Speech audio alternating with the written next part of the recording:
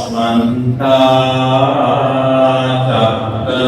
चक्रवालेषु अत्रा गच्छन्तु देवता सद्धम्मं मुनिराजस्त सुनन्तु सद्गमोक्तदं धम्मश्रवणकालो अयं बदन्ता धम्मश्रवणकालो अयं बदन्ता धम्मश्रवणकालो अयं बदन्ता नमो तस्स भगवतो अरहतो सम्मा सम्बुद्धस्स नमो तस्स भगवतो अरहतो सम्मा सम्बुद्धस्स नमो तस्स भगवतो अरहतो सम्मा सम्बुद्धस्स एकं समयं भगवा वैरञ्जायं विहरति अतको पहारादो असुरिन्दो येन भगवा तेनुपसंहमि उपसंहमित्वा भगवन्तं अभिवादित्वा एकमन्तं अट्ठासि एकमन्तं हितं को पहारादं असुरिन्दं भगवा एतद्वोच अभिपन पहाराद असुरा महासमुद्रे अभिरमन्ति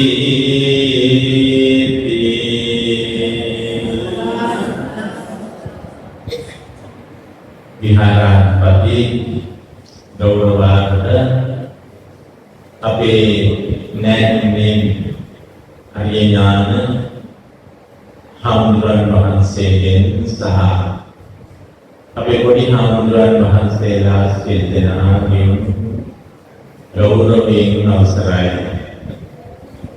අද දවසේදී ධර්ම දේශනාවට දායකත්වය උසුලන කොරළවැල්ල පදිංචි සෝමරත්න මහත්මයා, පියසීලී මහත්මිය, ධනුෂ්ක මහත්මයා සහ මහේෂා මහත්මිය ඇතුළුව ධර්මශාලාවට පැමිණ සිටින නිවන්තයිනි. නායක හාමුදුරුවෝ සම්බුද්ධ පූජාව බොහොම ලස්සනට ඔබ සමග සිද්ධ කළා. හැම දෙනාගේම ශ්‍රද්ධාව දැන් හොඳට දියුණු වෙලා තියෙනවා. හැම දෙනාගේම සිත්වල කලබල ස්වභාවය බැහැර වෙලා තියෙන්නේ. ඒ නිසා සංසුන් සිතින් බණ අසන්නට පුළුවන්කම තිබෙනවා. අපේ හාමුදුරුවෝ සඳහන් කළා ඇයි මේ වගේ දහම් දෙසුම් මාලාවක් සිද්ධ කරන්නේ කියලා. තවත් සතියකින් 2569 වෙනි උතුම් වෙසක් මංගල්‍යය 2569 වෙනි වෙසක් මංගල්‍යය උදා වෙනවා. ඒ වෙසක් මංගල්‍යය නිමිති කරගෙන බොහෝ විහාරස්ථානවල මේ සතිය පුරාම විවිධාකාර පින්කම් සංවිධානය වෙනවා. මේ විහාරස්ථානයේ ඊයේ ඉඳලා දහම් දෙසුම් මාලාවක් සංවිධානය වෙලා තිබෙනවා. අපේ හාමුදුරුවෝ අපට සූත්‍ර දේශනාවකුත් නියම කරලා තියෙනවා. අද මට නියම කරලා තියෙන සූත්‍රය තමයි පහාරාද කියන සූත්‍රය. ඒක හොඳට අහන්න ඕනේ. මම ඒක හොඳට පැහැදිලි කරලා දෙනවා. ලස්සන සූත්‍රයක් පහාරාද සූත්‍රය. ඒ නිසා ඒ සූත්‍රය අහලා ඉවරුනහම මේ පින්වත් හැමදෙනාගේම ධර්ම ඥානය දියුණු වෙන්න ඕනේ. දැන් බුදුරජාණන් වහන්සේ අපට උගන්වනවා මේ බණ අහනකොට කරුණු පහක්. සුත්තා, දත්තා, ඊළඟට වචසා පරිචිතා,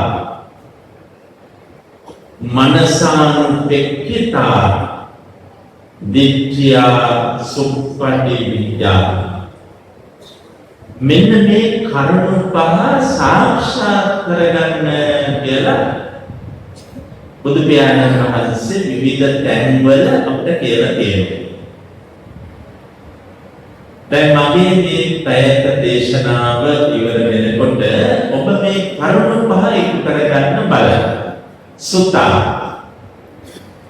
ගෞරවයෙන් අහන්න. ගෞරවයෙන් අහන්න. සුතා කියන්නේ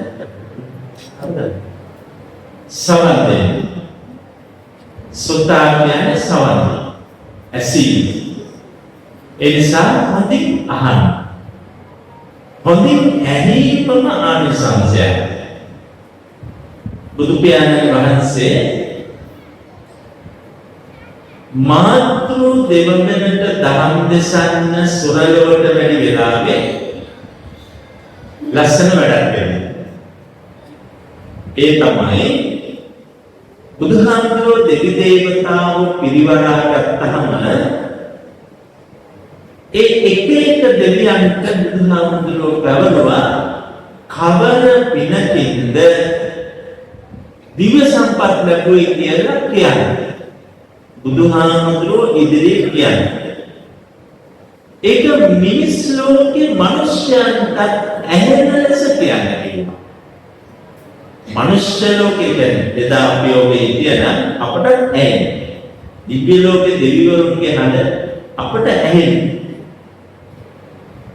සමහර වෙලාවට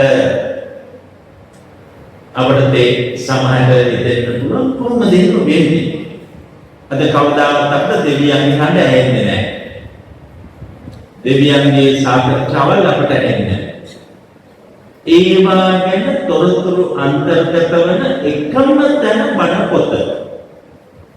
බුදුහාමුදුරුවොත් එක්ක මොනතරම් දෙවි දේවතාව සාකච්ඡා තිබ්බද?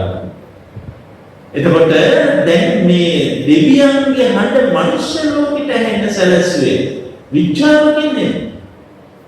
තාක්ෂණය තිබුණේ නැහැ. අද නම් දැන් මේ ෆෝන් එක අපේ පොඩි හාමුදුරුවෝ සාවිත් කරලා තියෙනවා මෙතන. බලන්න මේ ෆෝන් එකෙන් මේ කියන දේවල් සාර ප්‍රජාවකට යනවා. එතකොට අපිට පේන්නේ මගේ මේ හඬ එතෙන්ට යන්නේ කොහොමද? එතනින් ගන්නහඬ ලෝකෙට යන්නේ කොහොමද? පේන්නේ නැහැ. හැබැයි මේ අවකාශ තියෙන බලයක්. බලයක් තියෙනවා. ඒ බලයෙන් මේක කරනවා. එදා ඔබ තිබුණේ නැහැ. එදා ඒ බලය හැදුවේ බුද්ධ බලය. බුදුන්ගේ බලය. බුදුන්ගේ මහිමය. ඒ නිසා පින්වත්නි මේ තාක්ෂණ ගැන අංශුවක්වත් හිතා ගන්නවත් බැරි ඈතත් ඉන්නේ බුදුහාමුදුරුවෝ තාක්ෂණයට එහා. දැන් බලන්න ධම්සක්කවතුන් සූත්‍රය අකනිකා ධර්ම ලෝකයට ඇහුණානේ. මොකද අකනිකා ධර්ම ලෝකයට එහාම කොනේ දිව්‍ය ලෝක 6 එහා ඇහුණා දෙවියන්. බුද්ධ බලය බුදුන්ගේ බුද්ධ බලය ඒ කියන්නේ එදා තාක්ෂණය. ඉතින් දෙවියෙක් කියනවා පින්වත්නි බුදුරජාණන් වහන්සේ එක දවසක් මම මිනිස් ලොව ඉඳිද්දි ගමනක් යනකොට ගහ මුල මහ සෙනඟක් හිටියා. මම ළඟ වෙලා බැලුවා. ඔබ වහන්සේ බණ කියනවා. මහා පිරිසක් සංසුන්ව බණ අහනවා. මම එතනට ලං වෙනවා. නොසෙල්වි මම ඒ බණ සුතා ඇසුවා.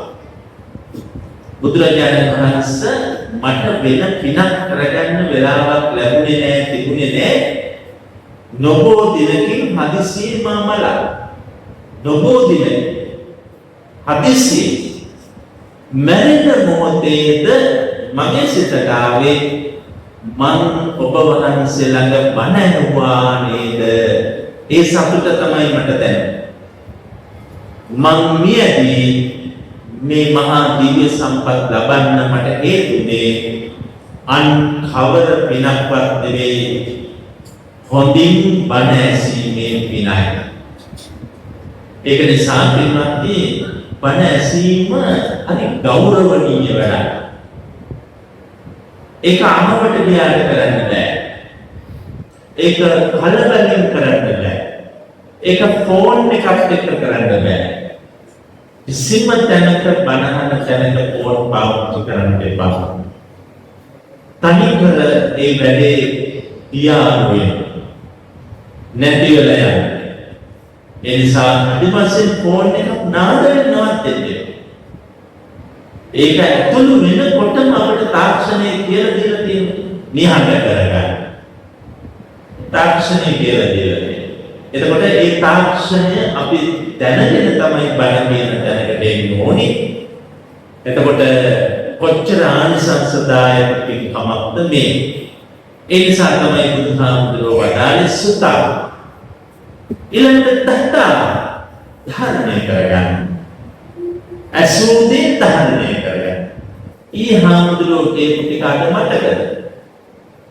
මතක නැත්නම් කිසිම ඇහුව විතරයි. ඒ ඇසීම ඇත්තටම පිනක් බවට පරිවර්තනය වෙන්න නම් ධාරණය වෙලා තියෙනවා. ධාරණය වෙන්න බෑ වෙන සංකල්පත් එක්ක. ඒ කියන්නේ ෆෝන් එකක් තියෙනවා නම් ඒක බල ඉන්නවා නම් වෙන සංකල්පනා තියෙනවා නම් වෙන වැඩ තියෙනවා නම් මට පුතාට මෙතෙන් දෙනකොට ඒක මොකද එපා කියලා කිව්වේ. ඔබට ඒක පොඩි බාධාවක් මටත් බාධාවක් නිසා. ඒ නිසා හොඳින් දරා ගැනීම තමයි අවශ්‍ය. ඒ නිසා ඊයේ ස්වාමීන් වහන්සේ කියපු බණ අංශු මාත්‍රයක් හරි අහපුවාට මතක් වෙනවනම් ඔබ දත්තා. හෙට ස්වාමීන් වහන්සේ එනකොට මෙතනට අද මම පහාරාද කියලා සූත්‍රයක් අපට දේශනා කළා. ඒක මතක් වෙනවා. අඩුම වශයෙන් මේ සූත්‍රය තුලින් තහවුරු කරන්න උත්සාහ කරන මූලික කාරණාවක් හරි මතක් තියෙනවා. ඒක තමයි වටින්නේ. තුන්වෙනි එක වචසා පරිචිතා. ඒ අහපු ධාරණය කරගත්ත බණ තම වචනයෙන් තව කෙනෙකුට කියන්නේ. පරිචිතා පුහුණු වෙන්න. වචනේ පුහුණුවක් ලබන්න. කොහොමද? තව කෙනෙකුට කියන්නේ. දැන් මම මේ කරගන්නේ මහ පිනක් නේ. ධර්ම දේශනා කිරීමේ පින.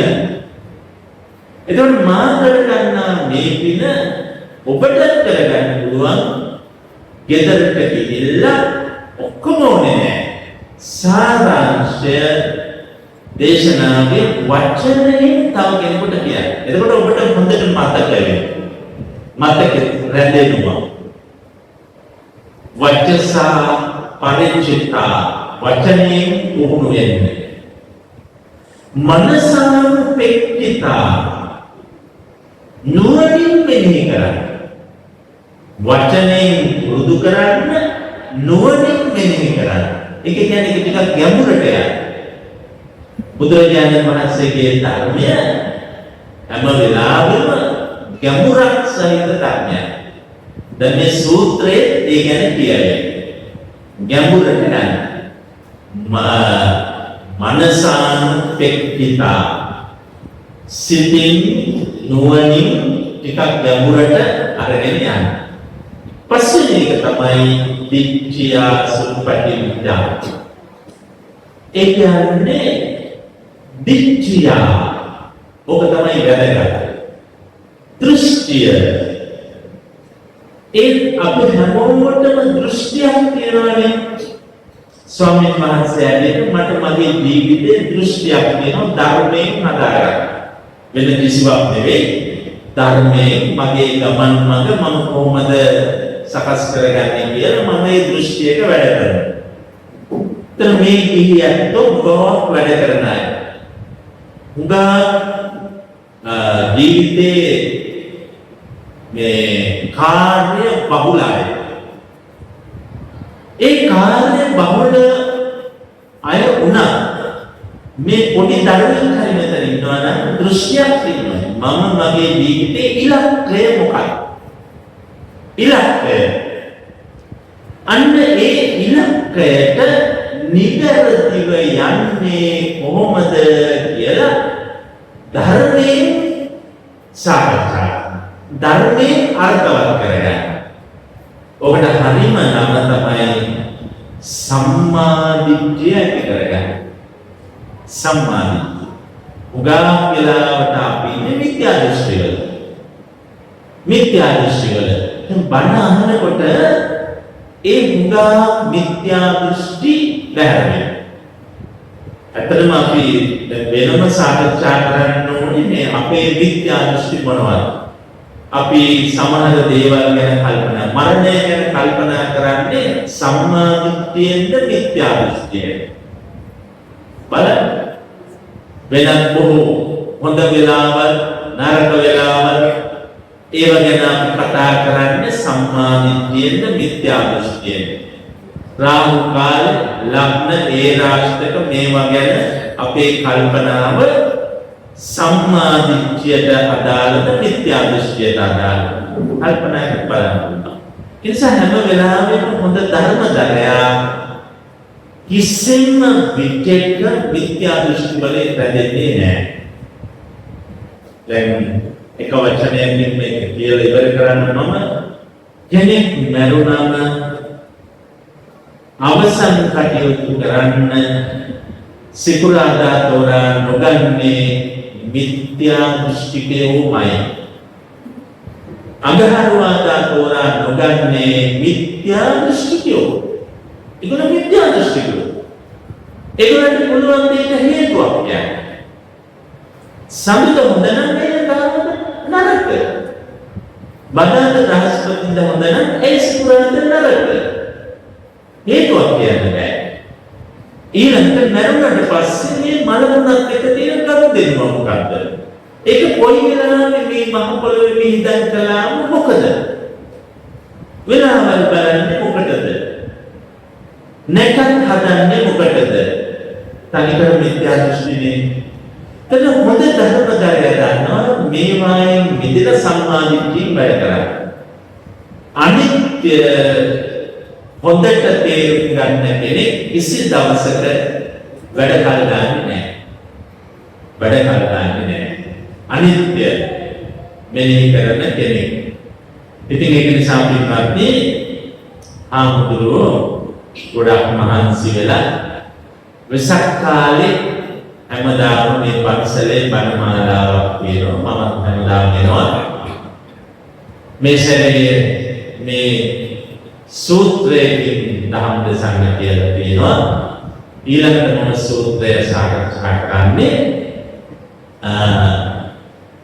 හැමෝම සුතා හොඳින් අහන්න දිව්‍ය පුත්‍රයෙක් වෙන්න ඊළඟට දත්තා ඒ අහපුතේ හොඳින් දරා ගන්න සිතේ තැන්පත් කර ගන්න මන වචසා පරිචිතා වචනේ පුරුදු වෙන්න පුහුණු වෙන්න තව කෙනෙකුට එක කියලා දෙන්න මනසාන පෙක්කිතා නුවණින් මෙනෙහි කරන්න නුවණින් මෙනෙහි කරන්න දිට්ඨිය සුප්පටි විද්‍යා සම්මා දිට්ඨිය ඇති කරගන්න බලන්නකොට ආනිසංස පහ ඔබ ලබනවා ඇහුවා විතරක්ම නෙවෙයි අර දිව්‍ය සම්පන්න දුකී මිනිසයා ඇහුවා විතරක් නෙවෙයි නවෝදිනගේ මේ අනුකටත් ඔහුට ඒ ගැනමයි කල්පනා ඔහු ඒකමයි කියන්නේ මේ කරුණු පහම එතන තිබුණා අන්න ඒ නිසා ඇසීම වගේම ඒ ආනිසංස දිනු කර ගැනීම වැදගත් අපි හුඟා කියලා මිත්‍යා දෘෂ්ටික සමාජයක ජීවත් වෙන්නේ ඒ මිත්‍යා දෘෂ්ටික සමාජයක හොඳ සම්මා දිට්ඨිය කියලා අද අපි 21 වෙනි සියවසේ 3 වෙනි දශකයේ අද අවසන් තාක්ෂණය බුදුම තරම් ලෝකය වෙනස් කරමින් පවතිනවා එවැනි වටපිටාවක අපි තවමත් ඉන්නේ පුරාණ මතවාදවල නම් විද්‍යා දෘෂ්ටික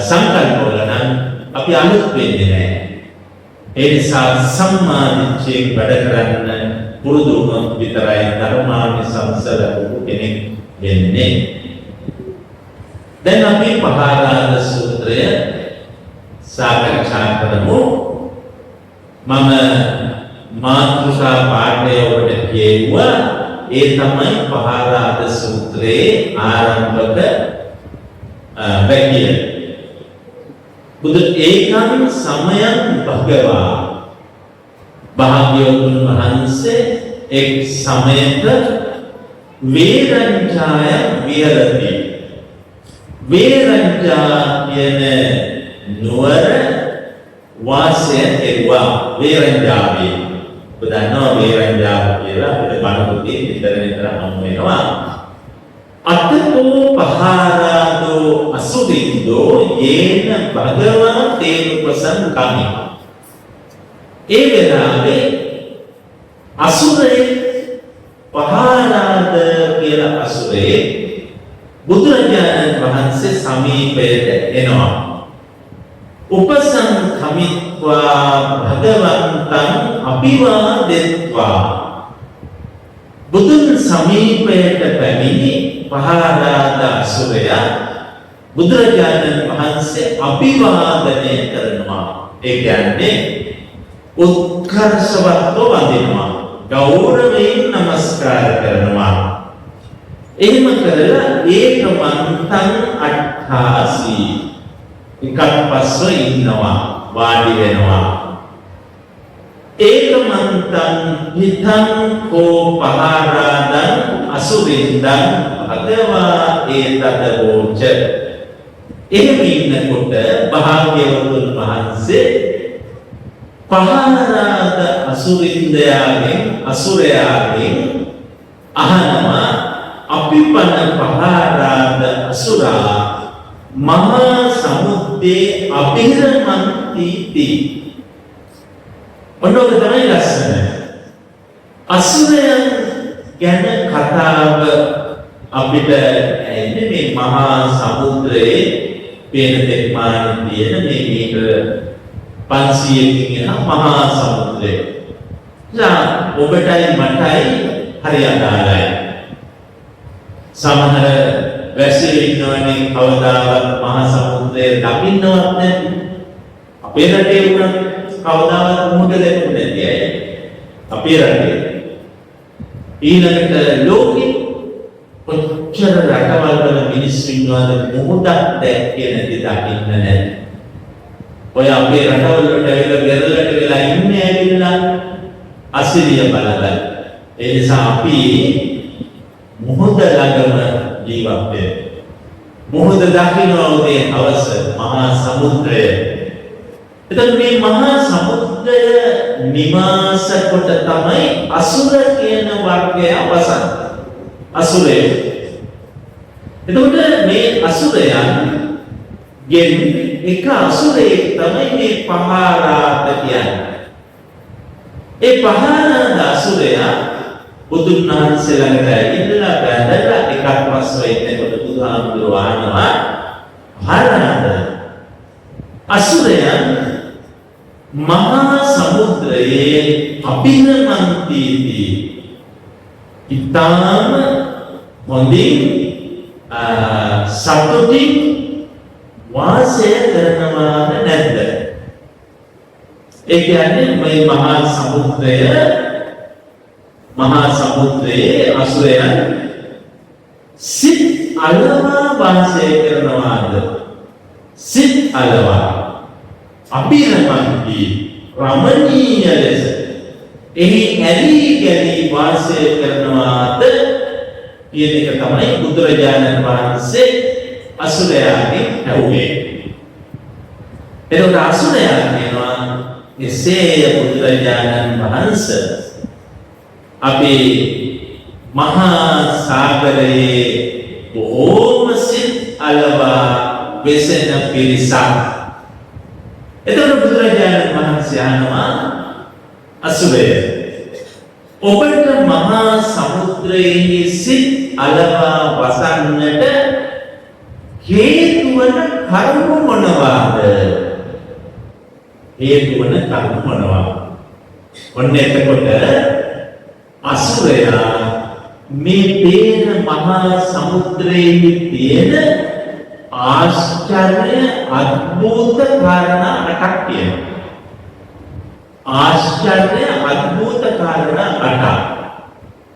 මම පාලය නොගෙන සිංහලෙන්ම ඔබට කියන්න කාලය ගත වෙන යන සාහිත්‍යමනි බලන්න අසුරයා බුදුරජාණන් වහන්සේට කියනවා බුදුරජාණන් වහන්සේ මහා සාගරය අනුපූර්ව ප්‍රතිපදාවෙන් යුක්තයි. ඒ කියන්නේ මොකක්ද? බුදුරජාණන් වහන්සේ කියනවා මහා සාගරය බැස්ස තැනම ගැඹුරු නෑ. කොහෙවත් දෙන්නේ කොහෙවත් කියනවාද බැස්ස තැනම ගැඹුරු. මහා සාගරය අනුක්‍රමයෙන් තමයි මහා ගැඹුරට යන්නේ. ඉතින් මේ ලංකාව වටේ තියෙන මුහුද බැලුවොත් දැන් අපේ සංචාරකයන් ඇවිල්ලා වසන ගල්කිස්ස මුහුදු තීරය ඊළඟට බෙන්තොට මුහුදු තීරය මිරිස්සේ මුහුදු තීරය තංගල්ල මුහුදු තීරය ඊළඟට අනිත් පැත්තේ උතුර කල්කුඩා වගේ පැතිවලට ගියාම හරිම අසිරිමත් මම දැකපු ලස්සනම මුහුද කල්කුඩා කිලෝමීටර ගණනක් මුහුදේ දණක් වතුර යන්න පුළුවන් පොකුණක බැරි කිලෝමීටර. අපේ යුද්ධ කාලේ හමුදාව රාත්‍රියේ ඔක්කොම බැහැලා ඔක තමයි. පින්වත්නි ගැඹුරට යන්නේ එහෙමයි. කවදාවත් වෙරළකට ගැඹුරු නෑ. ලස්සනට පිළිවෙලට අනුපූර්ව ප්‍රතිපදාවෙන් අනුපිළිවෙලින් ගැඹුරක් තියෙනවා මහා මුහුදේ වෙරළේ ඉඳන්. එය අපට සිත් අලවා වාසය කරන්නට හේතු වෙච්ච පළවෙනි කාරණාවයි කියලා කිව්වා. ඊළඟට දෙවෙනි කාරණාව තමයි මහා මුහුද කිසිදාක වෙරළ ඉක්මවා එන්නේ නැහැ. ඉක්මවන්නේ නැහැ. කිසිදාක වෙරළ ඉක්මවන්නේ නැහැ. සාගරය මහා ජලය පෙරලගෙන ඇවිල්ලා පාලමිදිලා අයියා එන්නේ නැහැ උඩට. වාරකම් කාලේ පොට්ටක් සරන. ඒක අපි දන්නවා. ඒ ගොඩනැගිල්ලට එන්නේ නැහැ. ආපු එකම වතා දෙකක් ගැන අපි අහලා තියෙනවා. අර විහාර මහා දේවිය මොහොතට පිළිදින්න වෙලාවේ ක්‍රිස්තු පූර්ව පළවෙනි සියවසේ, ඒ කියන්නේ මීටර් අවුරුදු 2200කට ඉස්සෙල්ලා මුහුද කොට ගැලුවා කියන කතාව. ඊළඟ එක අපි හැමෝම දැකපු 2004 සුනාමිය. ඒක දැන් මේකත් එක්ක ඒක කොහොමද ගලපන්නේ? අසුරයා කියනවා කිසි දවසක මුහුද වෙරළ ඉක්මවා යන්නේ නැහැ කියලා. ඒතකොට සුනාමිය එහෙනම් කොහොමද උනේ? අපි හැමෝම දන්නවා මේ කතාවත් එක්ක එක ගලපා බලනකොට සුනාමිය කුමක්? ඒක මහ පොළොවේ ඇතිවෙච්ච විශාල භූමිකම්පනයක්. මහා සාගරය නැති විශාල පිපුරුමක් ඇති වුණා. විශාල පිපුරුමක් යෝධ. එතකොට ඒ පිපුරුම කොයි තරම්ද කියනවනම් මේ අපිට පේන සාගරයේ කොච්චර ඈතට ගියාද? අර බැලුම ඇතුළට වතුර ටික ගියා. ඊට පස්සේ ඒ මහා පිපුරුම එක පාරටම නැවත හාවුණා. හාවුණාම ඒ මහා පිපුරුම අතරට ගියපු වතුර අර මහ පොළව දෙබෑරිච්ච පොළව එකට එකතු වෙච්ච වේගය කොයිතරම්ද? අර වතුර උඩට ඇවිල්ලා ඒ වේගය තමයි ගලාගෙන උඩට ආවේ. ඒක තමයි සුනාමිය. එහෙම නැතුව ඒක එක ධර්මතාව කිසි දවසක වෙරළ ඉක්මවා යන්නේ නැහැ. තුන්වෙනි එක මලකුණු තබා ගන්නේ නැහැ. කවදාවත් මහ මුහුද මලකුණු තියාගන්නේ නැහැ. මලකුණක් නෙවෙයි මොන කුණක්වත් තියාගන්නේ නැහැ. සේරම කොටට ගෙනල්ලා දැන් මේ මායින්න වරටුවේ හරියට පළවෙනිදා උදේ පාන්දර මේ මම පොඩක් පාන්දර ඇවිදලා එනකොට ගෙදර කම්ම කෙනෙක් පාරේ පුතා හොයනවා. ඊයේ නෑ ඔයනෝ නෑ කොහෙවත් නෑ හැමදාම. ඊට පස්සේ ඔන්න දවල් වෙනකොට ගල් ඉස්සේ වෙරළට දුත ශරීරයක් ගොඩ ගහලා තිබුණා කියලා මිනිස්සු එක දැකලා පොලිසියට ගිහලා කල්ගෝවිල කොහේ දුත ශරීරාකාරයෙන් නින්දා. ඉතින් කවුරු හරි මේ ගෙදර අයට කියලා දෙනවා ගිහිල්ලා නිකමට බලමු කියලා. ඒ ආරංචි ගිහින් බලනකොට ඒ මිනිස්සයා තමයි මොහොතට පැනලා රැ ගිහිල්ලා එතකොට ලුණාවෙන් මොහොතට පැන්න සිරුර තිබුණේ ගල් තිස්සේ. ඔබට මේ අලුත් අත්දැකීම් නෙවෙයි. හැබැයි මොහොතට පැන්නාම වෙරළ ගහගෙන ගිහිල්ලා ආයි උඩටම ගෙනල්ලා දානවා. තියාගන්නේ නැහැ. ඔන්න බලන්න මහා මුහුදේ තියෙන තුන්වෙනි ආශ්චර්ය අద్భుත ලක්ෂණය කුණු තියාගන්නේ නැහැ. හතරවෙනි එක මුහුදට වතුර එකතු වෙන්නේ මුහුදේම තියෙන වතුරට ඉන්දියාවේ මේ අසුරයා කියනවා මහා ගංගා හතරකි. සිව් මහා ගංගා යමුනා සරගු අචිරවති ගංගා කියන ඔය ඉන්දියාවේ තියෙන ප්‍රධාන ගංගා හතරක මහා ජලය ඇවිල්ලා මුහුදට එකම මුහුදු වතුරක් වෙනවා. එකම ලුණු රසක්. හැබැයි එනකොට විවිධ ගංගාවල වතුර ආවට පස්සේ එකම ලුණු රස. පස්වෙනි එක කොච්චර මුළු ලෝකෙම සියලු ගංගා ගලන්නේ මුහුදට. හැබැයි වතුර වැඩි වෙන්නේ නැහැ. කවදාවත් වැඩි වෙන්නේ නැහැ. ඒ ප්‍රමාණය වරකම් කාලයට පොඩ්ඩක් උඩට ගන්නවා. ඒක වෙනම සිදුවීම වතුර වැඩි වෙන්නේ නැහැ. ඒක මොහොතේ තවත් ආශ්චර්යමත් අద్భుත ලක්ෂණයක්. ඊළඟට 6 වෙනි එක කොහෙන් ගත්තත් දුනු රසයි. මොහොතේ වතුර ඇමරිකාවෙන් ගත්තත් රුසියාවෙන් ගත්තත් කොහෙන් ගත්තත් එකම දුනු රසයි. 7 වෙනි එක වෙරළු මිනි. ඒ කියන්නේ මොහොත පතුලේ තියෙනවා තාම වටිනා ශ්‍රේෂ්ඨ මැණික්. මහා මොහොත පතුලේ තාම ඒව කාටවත් හොයාගන්නවත් බැරි වුණා. ඔය සාමාන්‍යයෙන් ඉක්කඩු පැත්තේ එහෙම ගියාම බලන්න මොහොත පතුලේ කොයිතරම් වටින සම්පත් අපි ගිහිල්ලා බෝට් වලින් වීදුරු දාමු. මොහොතේ තියෙන ලස්සන අර මල් මොහොතේ මල් නිර්මාණ බලය තව ඈත දැක්ක යාම වෙරළු මිනි ශාල ලස්සන වටිනා මැණික් තැන්පත් කරලා තියෙනවා. ඊළඟට වැදගත් එක තමයි මහා මුහුද පතුලේ මහා සාගරේ කිලෝමීටර් යොදුන් ගණන් දිග මහා මත්ස්‍යයෝ ඉන්නවා. කිලෝමීටර් යොදුන් ගණන් මහා මත්ස්‍යයෝ තාම කිසිම විද්‍යාත්මක සාක්ෂියක් තහවුරු කරන්න බැරි වුණා. මහා මුහුදේ තල්මසාට එහා ගිය කිලෝමීටර් ගණන් දිග මහා මත්ස්‍යයෙක් හොයාගන්න බැරි වුණා. ඒ කියන්නේ මිනිස්සයා දියුණු කරගත්ත කැමරාව තවම හරිම පොඩි දැක්කේ. මොහොත පතුල නිරීක්ෂණය කරන්න කැමරාවට තාම බැරි වුණා. එතකොට මේ අසුරන්දයා පහරාද කියපු දේ බොරු නම් බුදුහාමුදුරුවෝ කියනවානේ පහරාද බොරු කියන්න එපා. බොරු කියන්නේ බුද්ධ ඥානයේ රහස නොවන දෙයක් නෑ. ඒ බුදුහාමුදුරුවෝ පිළිගත්තා.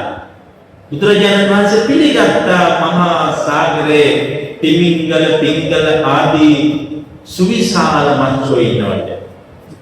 පින්වත්නි ගිය අවුරුද්දේ මුල් කාලේ ඇමරිකානු ධනවතුන් 6 දෙනෙක් සබ්මරීනයක් හදාගෙන මුහුද පතුලට ගියා. සබ්මරීන ඔබට මතකයි. ඒ මුහුද පතුලට ගියේ 1000 මීටර් 100කට පෙර මහා මුහුදේ ගිලුණ සුවිශේෂී නැවක්. ඒකට කියනවා ටයිටැනික් කියලා. ටයිටැනික් නැව. මේ ටයිටැනික් නැවේ මේ සැකිල්ල මුහුද පතුලේ තියෙනවා කියලා විශ්වාස කරනවා. ඒක බලන්න තමයි අර කෝටි ප්‍රකෝටිපතියෝ 6 දෙනෙක් ඒ වෙනුවෙන් මහතපු සබ්මරීනයක නැගිලා අපිට පෙන්නුවා ඒක යන්නේ. ගුලි වෙලා පුංචියට වාඩි වෙලා මෙහෙම පිටතට ගියා. ඒ සබ්මරීනය තවම උඩට ආවේ නැහැ. තවමත් උඩට ආවේ නැහැ. මේ මිනිස්සු හයදෙනාට මොන වුණාද කියලා විද්‍යාඥයන්ට කියන්න බැරි වුණා. කැමරාවට අවුනේ නැහැ. ටිකක් දුර ගියා ඊට පස්සේ නැහැ.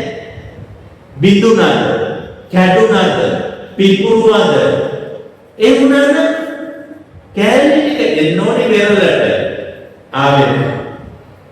එහෙනම් මගේ තීන්දුව අන්න තිමිංගල වගේ අර කිලෝමීටර් ගණන් දිග මහා මත්ස්‍යයන්ගේ කට කොච්චර ලොකු වෙනවද? මේ සබ්මරීනයක් කියන එක හරි සුළුයි. සබ්මරීනය මත්ස්‍යයෙකුගේ බඩේ. මත්ස්‍යයෙකුගේ බඩේ. ඒකට ඇත්තටම හොඳ සාක්ෂියක් මේ මාස 3කට කලින් පෙන්නුවා. තල්මසේ පොඩි බෝට්ටුවක් බිල්ලා. පොඩි දරුවෙක් එක්ක බෝට්ටුවක් බිල්ලා. මේ මාස 3කට කලින්. තල්මසා පොඩි දරුවෙක් එක්ක පොඩි මේ වගේ බෝට්ටුවක් බිල්ලලා. ඊට පස්සේ උට ඒක බිල්ලලා ඌ බඩ ඇතුලේ ඒක ආපෝටක් දාලා එළියට දැම්මා. දරුවා බේරුවා. ඒකෙන් පේනවා නේද අපිට පේන මත්ස්‍ය බෝට්ටුව ගිලනවා නම් සබ්මරීනය අර ඉන්න ගැඹුරු මාළු ගිල්ලේ නැද්ද? පිපුරුවනම් ගලට හැපුණනම් වෙන කවර හේතුවක් හරි වුණා නම් කෑලි උඩට එන්න ඕනේ. ඒ කිසිම විද්‍යාඥයෙකුට කෑල්ලක් හොයාගන්න බැහැ. ඉතින් පින්වත්නි ඔය කාරණා අට මහ මුහුද ගැන අසුරයා සඳහන් කළා කියන බුදුරජාණන් වහන්සේ අපි සිත්සේ මහ මුහුදේ සැරිසරන්නේ හැසිරෙන්නේ මහ මුහුදේ තියෙන මේ ආශ්චර්යවත් අద్భుත ලක්ෂණ අට නිසාය. ඊට පස්සේ අසුරයා බුදුරජාණන් වහන්සේ ඔබ වහන්සේගේ ශාසනයෙහි භික්ෂුන් වහන්සේලා අපි වගේම ශාසනයේ සිත් අලවා වාසය කරයිද? හොඳට මතක තියාගන්න. අසුරයා කියවනේ අපි මහ මුහුදේ සිත් අලවා වාසය කරනවා අద్భుත කරුණාවක් නිසා. අසුරයා ඔබ වහන්සේගේ ශිෂ්‍යෝ ඔබ වහන්සේගේ ශාසනයේ ඒ විදියට සිත් අලවා වාසය කරයිද? එතකොට බුදු පියාණන් වහන්සේ කළේ මේ කරුණු අටම අරගෙන ලස්සනට බුදු පියාණන් වහන්සේගේ ශාසනය පැහැදිලි කෙරුවා. ඒ කියන්නේ ශාසනයේ මහා සාගරය වගේ. මේ මහා භික්ෂු ශාසනය මහා සාගරය වගේ. ඒකෙත් තියෙනවා ආශ්චර්ය අద్భుත ලක්ෂණ 8ක්. කවර ලක්ෂණද? එක අනුපූර්ව ශික්ෂා, අනුපූර්ව ක්‍රියා, අනුපූර්ව ප්‍රතිපදා. ඒ කියන්නේ කවදාවත් මහාන වුණු ගමන්ම රහත් වෙන්න බෑ. එකපාරටම රහත් වෙන්න බෑ. එහෙම වෙන්නේ නැහැ. ඒ කියන්නේ දැන් සැරියුත් මොගලන් දෙනම වුණා බණ අහලා පැවිදි වෙලා ඒ අනුපූර්ව ශික්ෂාවෙන් පිළිතර ඒ ප්‍රතිපදාවට ගිහිල්ලා ඒ ක්‍රියාවෙන් යෙදিলা විනාඩි ගානක් ඇතුලේ වුණා පෙරපින් මහිමෙන් රහත් වුණා. ඒ ක්‍රමවේදය ඒ නිසා භික්ෂු ශාසනයේ තියෙන්නේ අනුපූර්ව ශික්ෂා, අනුපූර්ව ක්‍රියා, අනුපූර්ව ප්‍රතිපදා. මේ ශාසනය ඊටත් ඔබටත් එහෙමයි. පංචශීල සමාදන් වෙලා මූලික ශික්ෂා, අෂ්ටාංග සීලය ඊළඟට ආජීව අෂ්ටමක සීලය, ඊට පස්සේ දස සීලය. ඒ ඔක්කොම ගිහියත් ගන්න තියෙනවා. එතනින් එහාට තවත් ඕනනම් ලස්සනට භාවනා මාර්ගය, සමත විදර්ශනා ආදී වශයෙන් ගැඹුරට යන්න පුළුවන් මාර්ගය. ගිහි ඔබට පැවිදි අපට අර සාගරයේ අනුපූර්ව ක්‍රමය වගේම තමයි අපේ අනුපූර්ව ක්‍රමය. ඊළඟට පහරාට කිව්වා වෙරළ නොඉක්මවයි කියන. ජලය වෙරළට ඇවිල්ලා ගොඩට එන්නේ නැහැ. බුදුහාමුදුරුවෝ කියනවා අන්න ඒ වගේ තමයි ශාසනයේ තියෙන ශික්ෂා. ඒ ශික්ෂාවන් විවිධිනේ රකින්න ඕනේ. මොහොතේ මහා සාගරයේ ජලය මොහොත ඉක්මවා නොයනවා වගේ මේ භික්ෂුන් වහන්සේලා නැත්නම් ශාසනයේ සමාජිකයෝ ශික්ෂාවන් දිවිහිමින් රකින්න. දිවිහිමින් ජීවිතය පරදුවට තබා ශික්ෂාවන් රකින්න. ජීවිතය වගේ ආදරය කරමින් රකින්න.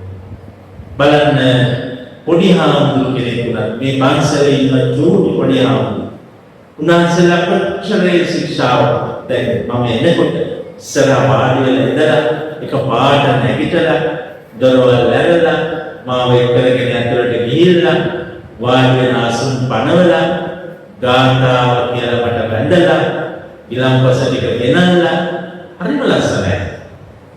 ඉතින් උන්වහන්සේලා කිසියම් ශික්ෂණයක සකස් වෙනවා. ශික්ෂණයකට අනුව ගොඩ නැගෙනවා. ඒ නිසා භික්ෂු ශාසනයේ තියෙන්නේ අන්න ඒ ශික්ෂණය. ඒක සාමණේර ශික්ෂණය, ඊට පස්සේ උපසම්පදා ශික්ෂණය, තේර ශික්ෂණය, මහා තේර, විශාල ලස්සන ගමන් මඟ අර විදියට සකස් වෙනවා. තුන්වෙනි එක සාගරයේ මලමුදු තබා ගන්නේ නැහැ කිව්වා වගේ බුදුහාමුදුරුවෝ කියන මගේ ශාසනයේ දුස්සීලය අපවිත්‍ර මිනිස්සු තියාගන්නේ. දුස්සීලයට මේක ඉන්න බෑ. දුස්සීල කෙනෙකුට පැවිදි වෙන්නත් බෑ. මේ කසාවත දරන්නත් බෑ. ඒ කසාවත දරුවත් රැඳෙන්න බෑ. ඔය යන්නේ සමහර පැවිදි වෙච්ච අය සිවුර දාලා යන්නේ. සමහරට සිවුරේ මේ දරාගෙන බොහෝ වැරදි වැඩ ආදිය සිද්ධ කරන අය අපි දකිනවා. නමුත් උන්ට වැඩි කලක් ඒක කරන්න හම්බෙන්නේ නැහැ. ඒක නිසා දුස්සීල වැරදි පිළිවෙත් ඇති අය මේ ශාසනයේ නිර්පාලනය. දැන් මේ ඈතකදී රාජාංගනේ හාමුදුරුවෝ කියලා ටැග්යක් බොහොම ජනප්‍රියයි. සමාජ මාධ්‍යවල රාජාංගනේ හාමුදුරුවෝ හරිම නරක අසභ්‍ය විදියට හැම දිනාටම බනිනවා. ආණ්ඩුවට, නායකයන්ට, භික්ෂූන්ට. ඉතින් මේ ස්වාමීන් වහන්සේලා ගිහිල්ලා කිව්වා, අවවාදයේ දුන්නා. ඒ කිසිම පිළිපිටක් නැහැ. උනා අන්තිමට මහානායක හාමුදුරුවෝ මොකද කළේ? සංඝ සභාව රැස් කෙරුවා. හැකිතරම් හදාගන්න බැලුවා.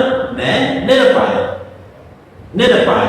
ප්‍රසිද්ධියේ උසාවියේ ගිහිල්ලා ශ්‍රේෂ්ඨාධිකාරියෙක් කිව්වා, ආවල් භික්ෂුව අපේ ශාසනයෙන් නිරපුවා.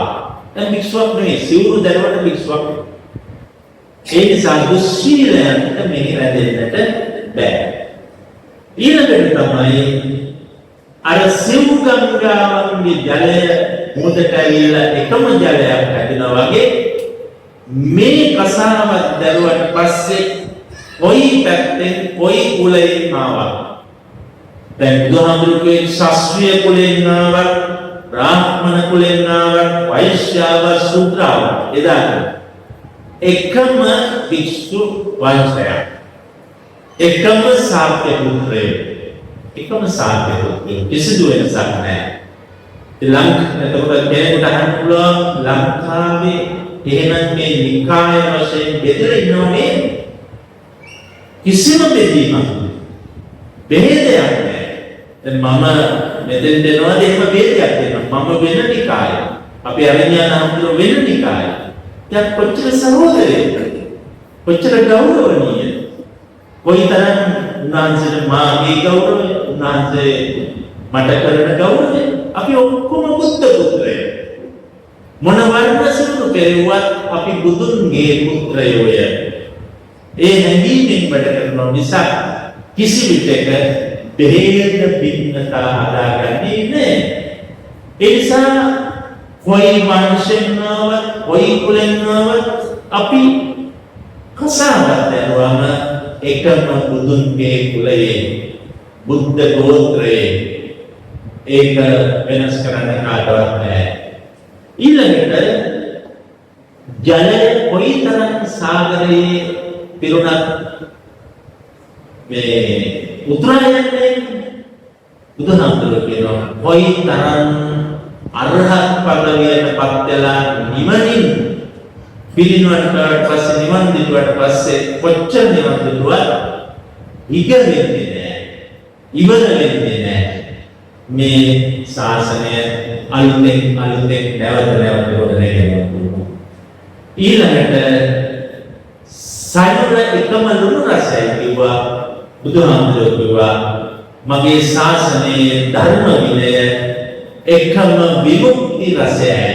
ඒ කියන්නේ නිවනටම යොමු වෙච්ච විමුක්ති රසයෙන් යුක්තයි කියලා පැහැදිලි කරලා දුන්නා. ඊළඟට සාගරයේ මැණික් තියෙනවා කිව්වා බුදුහාමුදුරුවෝ මගේ ශාසනයේ මැණික් තියෙනවා ආනන්ද හාමුදුරුවෝ සැරියුත් මුගලන් හාමුදුරුවෝ වගේ මහා මාණික්‍ය වලින් මගේ ශාසනය සෝභමාන වෙනවා කිව්වා අන්තිමටම අර යෝධ මත්සු ඉන්නවා කිව්වනේ බුදුහාමුදුරුවෝ කියනවා මගේ ශාසනය සෝවාන් සක්‍රුදාගාමී අනාගාමී අරහත් කියන මහා ඵල මාර්ග ඵලවලට පැමිණි මහා උත්තමයෝ ඉන්නවා මේ කරුණු අට නිසා මගේ ශාසනය සෝභමාන වෙනවා මගේ ශාසනය බොහෝම සිත් අලවා වසන්නට සුදුසු තැන රමණීය තැනක් කියලා බුදුරජාණන් වහන්සේ අසුරයන්ට පැහැදිලි කරලා දුන්නා. ඉතින් මේ තමයි පහාරාග සූත්‍රය සාරාංශය මම නැවත කියන්නම්. පළවෙනි කොටසේදී කිව්වේ බණ ඇසීමේ ආනිසංස අර සුත්තා දතා වචසා පරිත්‍ිතා මනසා පෙක්ඛිතා ආදී වශයෙන් කරුණු පහ නිදර්ශනයකුත් සඳහන් කළා. දෙවෙනි කොටසදී කිව්වේ පහාරාග කියන අසුරය ඇවිල්ලා බුදුහාමුදුරුවෝත් එක්ක කරපු සාකච්ඡාව මහා සාගරය ආශ්චර්ය අద్භූත ලක්ෂණ 8කින් යුක්තයි. ඒ නිසා අසුරයෝ බොහෝම සිත් අලවා වාසය කරනවා කියලා කිව්වා. එතකොට බුදුරජාණන් වහන්සේ තුන්වෙනිව බුදුරජාණන් වහන්සේ මගේ ශාසනයක් මහා සාගරය වගේ මගේ ශ්‍රාවකයෝ මේ ශාසනයේ බොහෝම සිත් අලවා වාසය කරනවා. මම බුද්ධ ශ්‍රාවකෙක්. මම මේ කසාවත් පොරවාගෙන මොන තරම් අභිරමණීය ලෙස සිත් අලවා මේ සසුනේ මගේ හැසිරීම මගේ වාසය මම කරනවා. මම පෙර සංසාරේ මොනතරම් පුණ්‍ය මාර්ගයක් කරලා තියෙන්නේ නැද්ද? මේ වගේ පුණ්‍යවත් කසාවතක් දරාගෙන මේ උතුම් ප්‍රතිපදාව දරන මගේ ප්‍රාර්ථනාවනේ කිසිදාක නැවත ගේ ජීවිතයකට යන්න. මම ප්‍රාර්ථනා කරන්නේ මේ අවස මේ තථාගත ලෝතර බුදුන් වහන්සේ ඉදිරියේ වැඳ වැටිලා මට ලෝකේ කවදා හරි සියලු කෙලවරකට ලබන ඒ නිවන දකින තාක්කල් මම ඔබ වහන්සේගේ ශ්‍රාවකයෙක් වෙලා මේ සසුනේ නිවිසෙන්න මට භාග්‍ය ලැබෙන්න කියලා. ඉතින් මම එහෙම ප්‍රාර්ථනා කරන්නේ මේ සසුන සිත් අලවා වසන්න හොඳම වාසස්ථානය නිසා. ඉතින් මේ ගැන සිතන්න හැමදෙනාටම සම්මා දිට්ඨිය පහළ වේවා. ආකාසත්තා චුම්මත්තා දේවානාගා මහිත්‍තිකා පුඤ්ඤන්තං අනුමෝදිत्वा පිරං රක්ඛන්තු ශාසනං චිරං රක්ඛන්තු දේශනං චිරං රක්ඛන්තු වං සදා. කොරළවැල්ලේ පදිංචි සෝමරත්න මහත්මයා, පියසීලි මහත්මිය, ධනුෂ්ක මහත්මයා සහ මහේෂා මහත්මියයි අද දායකත්වය. වසර 4කට පෙර මියගිය අපගේ උතුම්වන් වන සහන් කුමාර අධිකාරී මහත්මයාට පින්දීමයි බලාපොරොත්තුව ප්‍රදාන. ඒ නිසා ආදරණීය උතුම්වන් සහන් කුමාර අධිකාරී උතුම්වන් මේ වෙලාවේ මේ උතුම් ධර්මානිසංසය අනුමෝදන් වෙත්වා. ඒ දුක් ඇතිතන පින්නවා නම් ඒ මිදේවා, සෝපත් වේවා, නිවනින් සැනසේවා කියලා අවුස්සාරු යාත්‍රා කරන්න. සෝමරත්න මහත්මයා, පියසීලි මහත්මිය සහ දිලාන මහත්මයාට, ධනුෂ්ක මහත්මයා, මහේෂා මහත්මිය, සාක්ෂා සහ මන්තුස් දරුවන් දෙදෙනාට, වසන්ත මහත්මයා, නාමලී මහත්මිය, මාලනී ආච්චි අතුළු එම පවුලේ සහෝදර සහෝදරියන් සියලු දෙනාට, සහන් මහත්මයාගේ යහළු මිත්‍රයන් සියලු දෙනාට සහ ඥාතීන් සියලු දෙනාට පින්කමට සහභාගී වූ සියලු දෙනාට සෙත් වේවා ආශිර්වාද වේවා අප දෙනාටම උතුම් නිවනින් සැනසෙන්නට මේ පින් හේතු වාසනා වේවා යන්න අපේ අනිවාර්ය හාමුදුරන්ට පොඩි හාමුදුරන් වහන්සේලාට ඒ වගේම තාම හොඳින් එල්ලෙන්නවත් නැතිව කිසිදු හඬක් නැතුව දුරකථනයක්වත් නාද වෙන්නේ නැති සංසුන්ව මේ උතුම් ධර්මයට සමන් දී ලද අනුසස් ඔබ හැම දෙනාටම ආශිර්වාද වේවා සෙත් වේවා නිදුක් නිරෝගී සුවය වේවා චිරජීවනය වේවා කෙලවර අමා මහ නිවනින් සැනසෙන්නට හේතු වාසනා වේවා අභිවාදන සීලිස්ස වික්ෂම් මුක්තා ප්‍රකායනෝ චත්තාරෝ ධම්මා වද්දන්ති ආයුවන්නෝ සුඛං බලං ආයුරාෝග්‍ය සම්පatti සග්ග සම්පatti මේවච අතෝ නිබ්බාන සම්පatti මිනාතේ සමිච්ඡතු